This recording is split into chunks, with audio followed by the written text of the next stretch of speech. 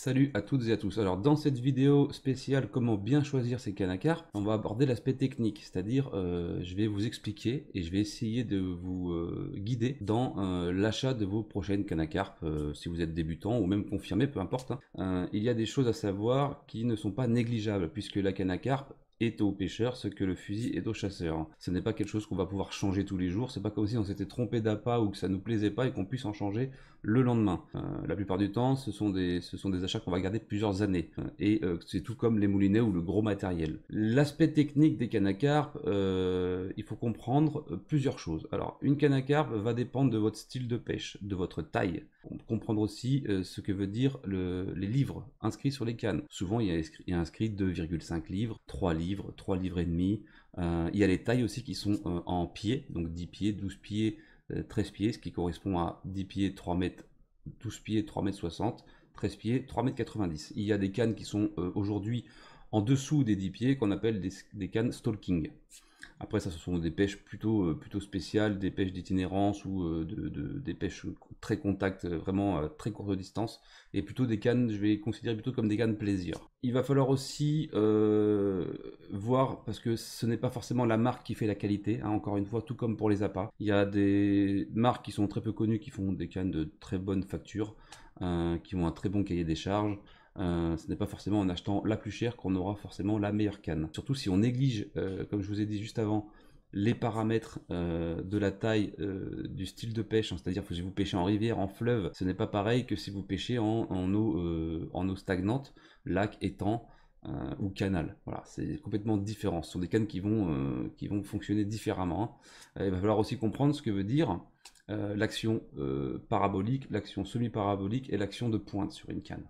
Donc tout ça, on va se rendre sur Chronocarp puisque c'est un... Alors ce n'est pas un placement commercial du tout, puisque je n'ai pas d'avantage à vous faire cette pub. C'est juste que sur le site, je vous montrerai des petites images qui vous servent à vous guider au niveau des actions et des livres. Voilà, tout simplement. Et c'est un site que je fréquente depuis 2006 où je n'ai jamais eu de problème. Et c'est vrai que niveau rapport qualité-prix, c'est plutôt abordable. Donc voilà. Je vous invite également à vous abonner en cliquant tout simplement sur s'abonner, en activant les notifications avec la petite cloche pour pouvoir recevoir les prochaines vidéos. N'hésitez pas à partager la chaîne. Je rajoute aussi que tous les sujets que je vais aborder dans cette vidéo, il y aura des liens en description. Si jamais j'ai oublié quelque chose, j'ai omis de dire quelque chose, si jamais vous n'avez pas compris un terme technique ou que vous voulez peaufiner la recherche, je mettrai tous les liens de ce que j'avance dans la description. Bon, nous voilà sur le site Chronocarp. Alors, il est assez simple à comprendre, hein, et c'est bien expliqué, c'est bien détaillé. Donc là, en haut à gauche, nous avons les cannes en 13 pieds, comme je vous disais tout à l'heure, les cannes en 12 pieds, les cannes en 9 et 10 pieds, donc des cannes stalking et des cannes de 10 pieds. Les cannes multibrins, donc vous avez des cannes aussi. Alors les cannes de carpe sont en général en deux parties. Il y a des exceptions puisque certaines cannes sont vendues, alors il y en a qui sont redevenues un petit peu au mode télescopique, c'est très rare mais il y a des marques qui le font. Ou il y a aussi des cannes qui sont en 3 brins. Je ne suis pas fan, après selon les goûts, je suis pas là pour vous faire acheter une canne plus qu'une autre, je suis pas là pour vous diriger vers une marque plus qu'une autre. Ce que j'ai fait, là tout de suite, j'ai cliqué sur les cannes en 9 et 10 pieds.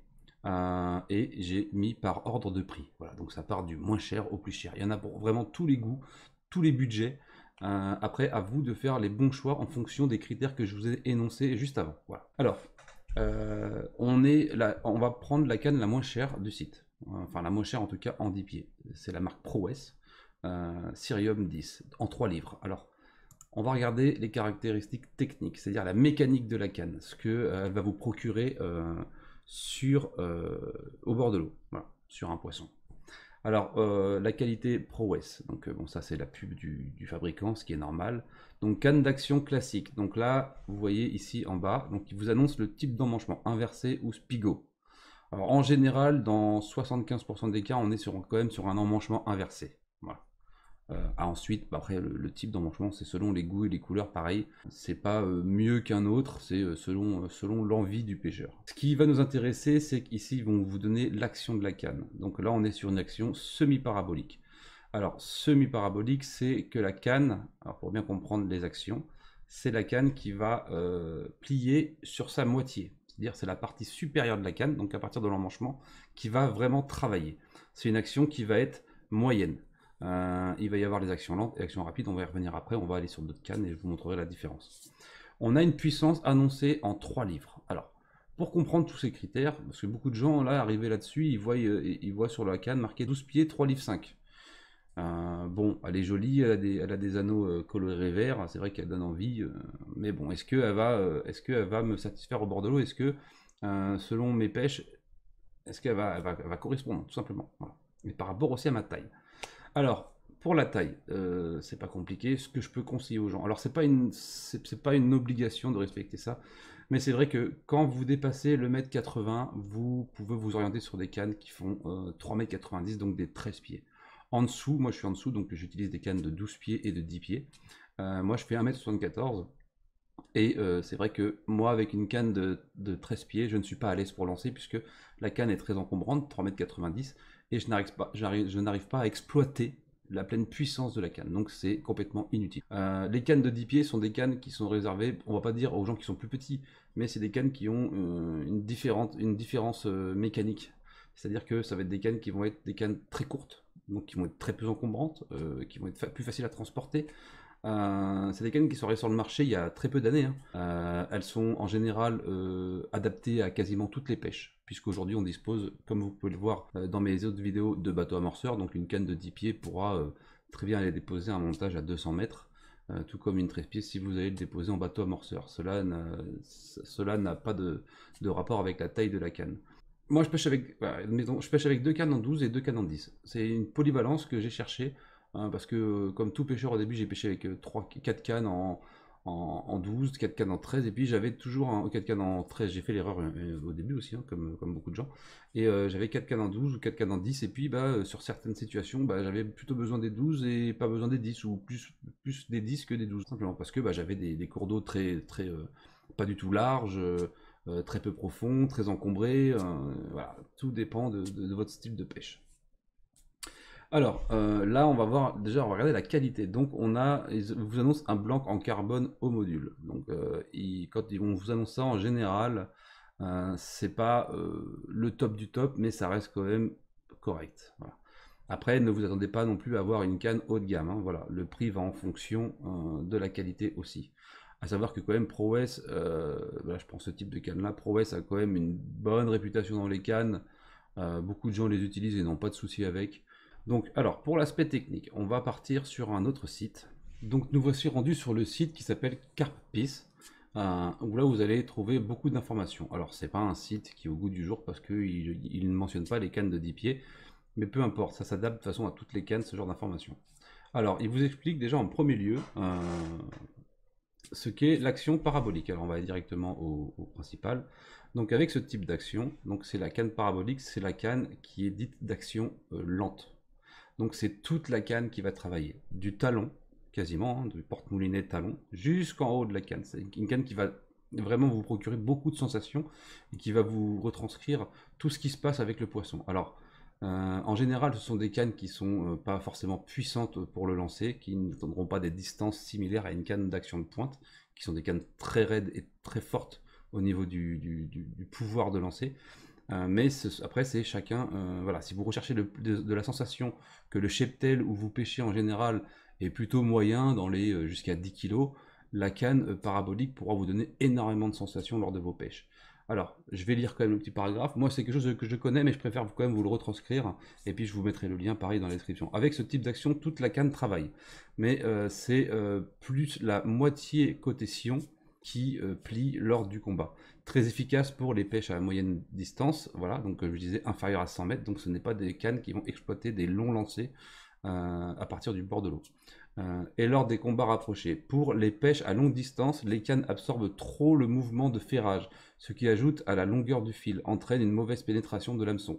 C'est-à-dire que comme c'est une canne qui va répondre doucement, et en plus de l'élasticité du nylon, puisque le nylon a une élasticité, donc vous pêchez une certaine distance, à partir entre le moment où le poisson va prendre lèche et va se piquer, il va y avoir un laps de temps entre le temps où il va se piquer et il va tendre le fil et que votre détecteur va enregistrer la touche.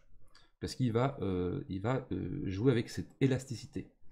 Et donc la canne au ferrage va encore rajouter un peu plus de cette élasticité, et ce ne sera pas un ferrage franc. Voilà, à une grande distance, hein, bien sûr. En dessous de 100 mètres, ne vous inquiétez pas, c'est pas non plus dramatique, ça va ferrer quand même.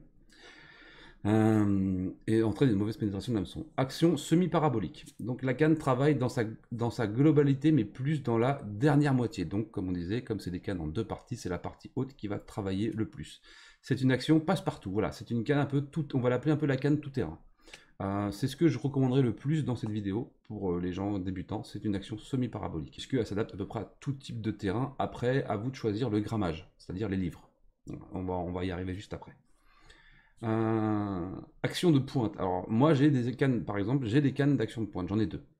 Alors pourquoi je pêche avec des actions de pointe? Parce que je pêche dans des endroits très encombrés, à ras des obstacles, et j'ai besoin d'une canne qui a beaucoup de répondants et qui ne va pas jouer de l'élasticité comme pour l'action parabolique, et qui va me procurer tout de suite la sensation et qui va répondre du tac au tac. Ça veut dire que dès que je vais prendre la canne en main et que je vais ferrer, l'action va tout de suite, l'action de pointe va tout de suite travailler et le sillon va tout de suite amorcer le ferrage. Et je pêche aussi à la tresse, hein. Ça on abordera ça dans une autre vidéo, mais la tresse favorise aussi du coup la raideur. Mais après, ça peut être un bien comme un mal, hein. Attention, tout est, c'est vraiment 50-50. Donc l'action de pointe où seul le sillon de la canne travaille, donc juste la dernière partie de la seconde de l'emmanchement, le sillon, donc l'anneau de pointe. De la canne travail favorise les lancers puissants avec de grosses plombées. Donc vous pouvez lui mettre du poids, vous pouvez pêcher avec un stick, avec un sac soluble, vous pouvez fouetter, lancer très fort. Vous aurez une plus grande performance qu'avec une action parabolique ou une action semi-parabolique. C'est plutôt, je préconise plutôt les cannes de pointe, alors ou dans les pêches comme je pratique en rivière ou en eau courante, hein, où il y a beaucoup de courant, où il faut mettre des forts grammages, des fois jusqu'à 300 grammes, même voire plus. Ou alors pour des pêches du bord, mais très loin, à très grande distance. Voilà. C'est là où la canne de pointe va avoir toute cette performance et sa mécanique va se mettre en valeur. La puissance de la canne, alors là on arrive dans le grammage. Donc comme c'est mentionné sur les cannes, quand vous voyez 12 pieds de livre 5, 3 livres 5, voilà. Donc elle est exprimée en livres. 2,6 livres, 2,5 livres, c'est entre 60 et 80 grammes de plombée. En 3 livres, c'est entre 80 et 100 grammes de plombée, et 3 livres 5 et au-dessus, parce que maintenant on fait des cannes de 3 livres 75, il y a même ce qu'on appellerait des grammages bâtards qui font 3 livres 25, c'est des choses qui ont été adaptées en fonction du temps, en fonction de l'évolution de la pêche. Entre 90 et 130 grammes. Cette puissance correspond au poids nécessaire pour faire plier la canne à 90 degrés. C'est-à-dire qu'une fois que vous avez mis ce grammage-là, votre canne est censée se plier à 90 degrés, en général. Hein. Après, tu as un petit peu de marge d'erreur quand même, tu peux mettre un peu plus. Hein. C'est pas parce que tu mets 300 grammes sur une canne de pointe, par exemple, qu'elle va se briser en deux. Absolument pas. Là, il vous donne juste le grammage, le meilleur grammage pour la meilleure utilisation. Et si vous pêchez, par exemple, sur une rivière, sur votre propre bordure ou à 10-15 mètres, et que vous allez poser en bateau ou que vous faites juste un lancer en cloche léger, votre canne sera apte à recevoir 300 grammes par exemple. Voilà. Idéalement, la puissance de la canne doit être proportionnelle à celle du pêcheur, car la distance maximale atteinte avec une canne et un plomb donné dépend surtout de la capacité du pêcheur à exploiter au maximum sa canne. Donc on en vient à notre fameuse taille par rapport à la canne. Voilà. Donc, comme je vous disais tout à l'heure, pour quelqu'un qui fait 1,80 m, il vaut mieux qu'il ait une canne qui fasse 13 pieds. Il pourra vraiment bien l'exploiter parce qu'il aura beaucoup plus d'allonge au lancer que des cannes. Alors après, il peut très bien avoir des cannes en 10 pieds. Voilà, je vous dis, la canne de 10 pieds, c'est une exception voilà, dans la règle. Tout comme les cannes stalking. La longueur de la canne s'exprime en pieds. On distingue généralement deux longueurs. Donc là, comme je vous disais, c'est pour ça que je vous fais cette vidéo. Le site n'est pas forcément à jour. Hein. Depuis, il y a eu des modifications. Les cannes de 12 pieds, donc 3,60 m, et les cannes de 13 pieds, 3,90 m. La longueur de la canne a une influence sur son comportement. Une canne de 13 pieds lancera a priori plus loin qu'une canne de 12 pieds. Il y a aussi la question des anneaux. Ça, je vous l'expliquerai. On va retourner sur le site Chronocarp juste après. Je vous expliquerai pourquoi les anneaux, c'est aussi important. Cependant, tout comme la puissance, une harmonie entre le pêcheur et sa canne sont gages de performance. Prenez le temps d'analyser vos conditions et votre style de pêche afin de bien cerner, si je puis dire, vos besoins en matériel de longueur de canne. Voilà. Donc, tous ces paramètres sont à prendre en compte. Autre point, donc les anneaux cycles, autre point à ne pas négliger, choisissez toujours une canne munie d'anneaux cycles, double ou tripatte. Alors, tripatte c'est plus costaud, double ça se fait de plus en plus rare quand même. En général, on est surtout sur du tri. Après, il y en a encore qui le font sur les cannes à faible budget, c'est des cannes en double, hein, parce qu'ils font des économies forcément sur le cahier des charges. Plutôt qu'en acier ou en inox. Soyez intraitable à ce sujet, car les anociques sont beaucoup plus résistants, quasiment inusables, donc au passage de la tresse ou au passage du nylon. En plus, et plus léger que l'acier. Par ailleurs, les anociques évitent les échauffements et les points de friction. En résumé, prenez le temps de choisir une canne qui vous convienne et ne focalisez pas sur les modèles soi-disant plus performants. Rappelez-vous que vos cannes seront vos compagnes à chaque instant. Mieux vaut donc que l'entente soit parfaite. Exactement. Donc, idéalement, choisissez des cannes semblables de la sorte. Vous finirez avec le temps par connaître chacune de leurs réactions lors du combat et vous n'aurez aucune mauvaise surprise qui pourrait être provoquée par un événement inattendu. Voilà. Donc tout ça, je vous le mettrai dans la description parce que c'est important de le savoir. Donc de retour sur Chronocar, je me suis mis sur les cannes en 12 pieds. Donc 12 pieds, 3 livres 60. Alors une fourchette de prix pour des cannes en général, c'est entre 75 et 150 euros pour avoir quelque chose de vraiment correct et qu'on ne soit pas embêté dans la longévité. En général, ouais, c'est ça. Entre 75 et 150 euros pour avoir quelque chose de plutôt correct dans les moyennes gammes de ce qui se fait en général. Il y a quand même beaucoup de choix, comme je vous disais tout à l'heure. Vous avez les goûts, les couleurs, après, ça c'est selon chacun. Là, je vais sélectionner cette canne là. J'ai vu cette canne Sonic Extractor Recon parce qu'elle a un anneau en 50, donc ça il faut qu'on en parle. Et elle fait 3,5 livres de puissance. Donc c'est intéressant à savoir. Et c'est une 12. Les 12 sont les cannes les plus vendues, hein. C'est la polyvalence par excellence. Donc je vais cliquer dessus. On va aller voir ce que ça vaut. Alors, donc anneau de 50. Qui dit anneau de 50 dit canne qui est censé pouvoir envoyer très loin. Puisque plus on aura des grands anneaux, donc que ce soit au sion, au niveau du sion, ou que ce soit au niveau de l'embase, juste après le moulinet, en sortie de moulinet, ce sont des cannes qui vont pouvoir lancer beaucoup plus loin parce que beaucoup plus de place pour que le nylon puisse glisser facilement et passer au travers des anneaux. On voit sur l'image qu'on a des anneaux tripattes, donc ce qui est quand même en gage de qualité, en gage de solidité, plutôt pas mal.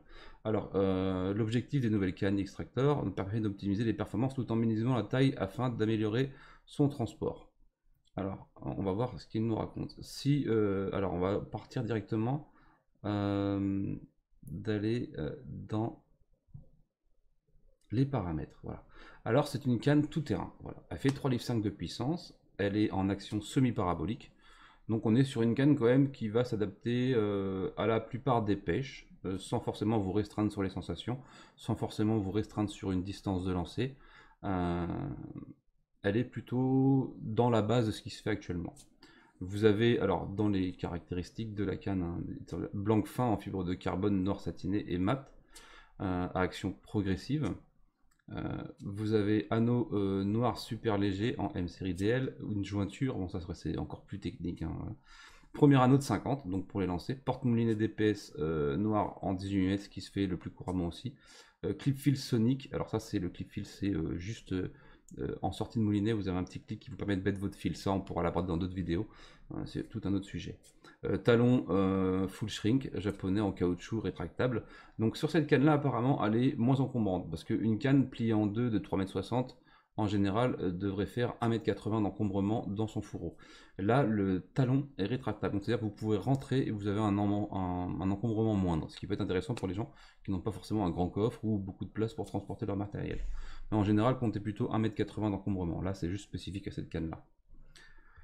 Donc on voit un petit peu la canne. Après il y a des vidéos, hein. Il y a des vidéos disponibles sur le site pour vous donner les qualités de la canne. Après je suis pas là comme je vous dis pour faire leur pub. Alors on va repartir à l'envers. Et on va aller prendre par exemple un autre type de canne. Alors on va pas monter forcément en prix.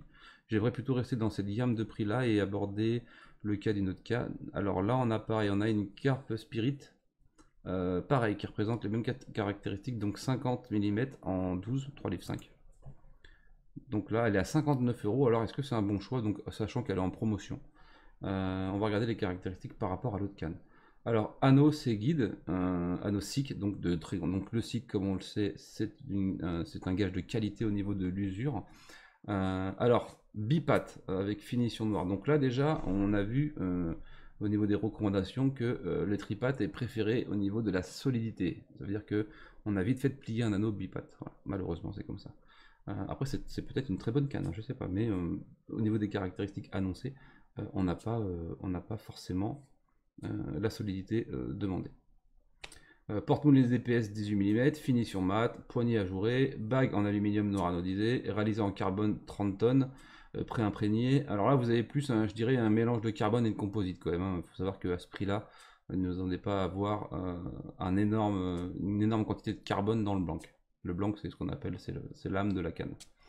Esthétique minimaliste, hein, mais il y a beaucoup qui aiment bien le sobre, hein, forcément la fantaisie, c'est pas ça. Donc toujours le type d'emmanchement inversé et l'action de la canne semi-parabolique, donc toujours canne toujours polyvalente. Voilà.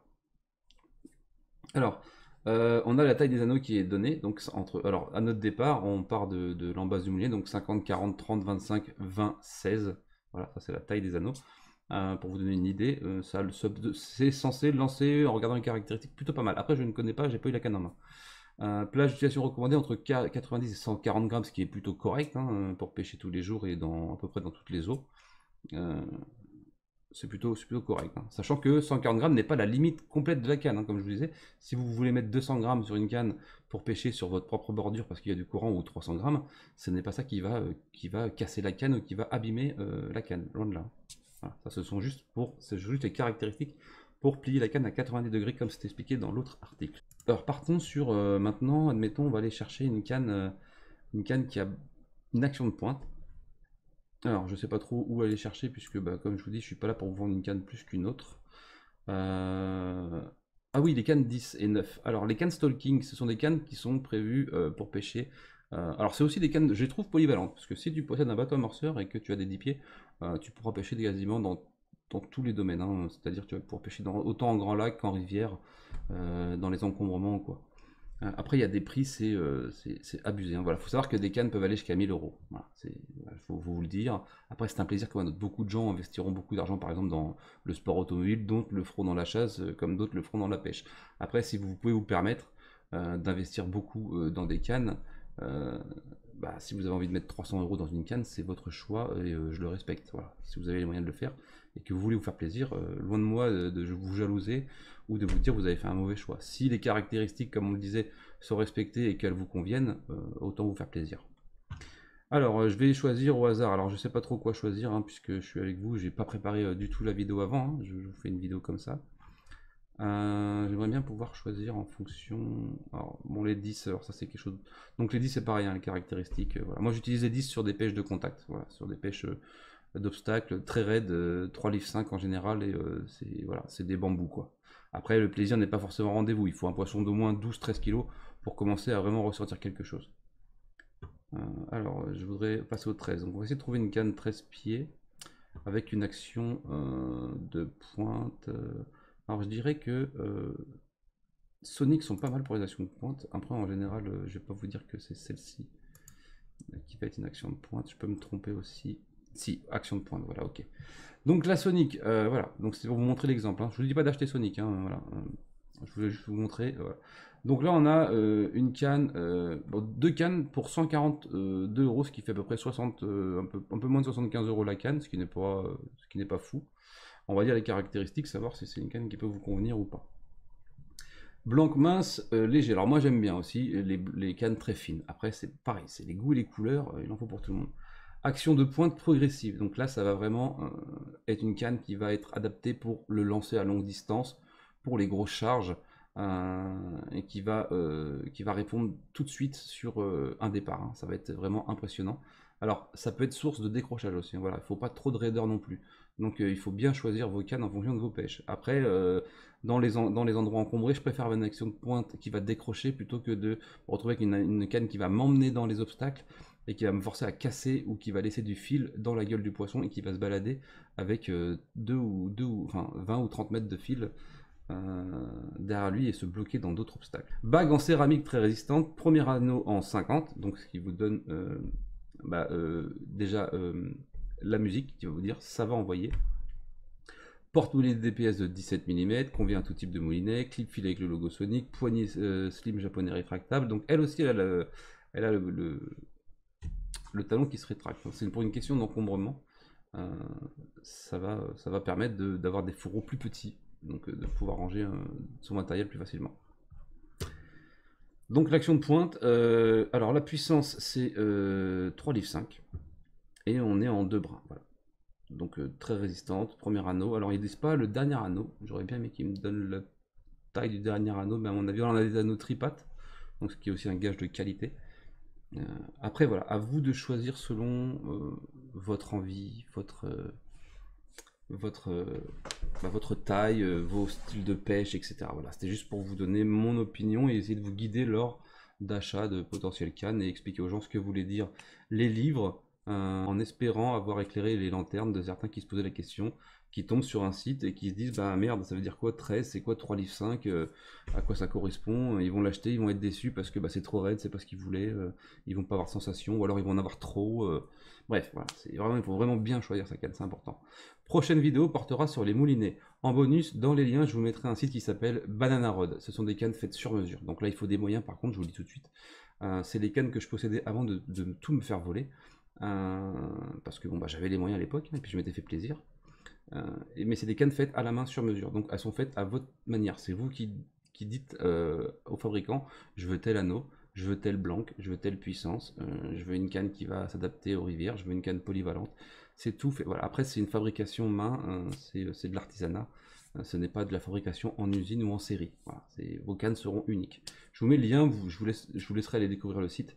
Pareil, je n'ai aucun avantage à vous faire découvrir le site de Banana Rod, mais ce sont des cannes d'exception, il faut le reconnaître. Après, pour un plus large public, Chronocarp est très bien adapté. Vous avez vraiment tout le matériel et à des prix en général défiant toute concurrence. Voilà. Je vous remercie de m'avoir suivi et d'avoir écouté la vidéo. J'espère qu'elle aura été assez claire et qu'elle aura pu guider certains dans le futur achat de leur canne, ou qui aura pu enrichir les connaissances au niveau du matériel de certains, ou certaines bien sûr, hein, parce que la pêche n'est pas réservée qu'aux hommes.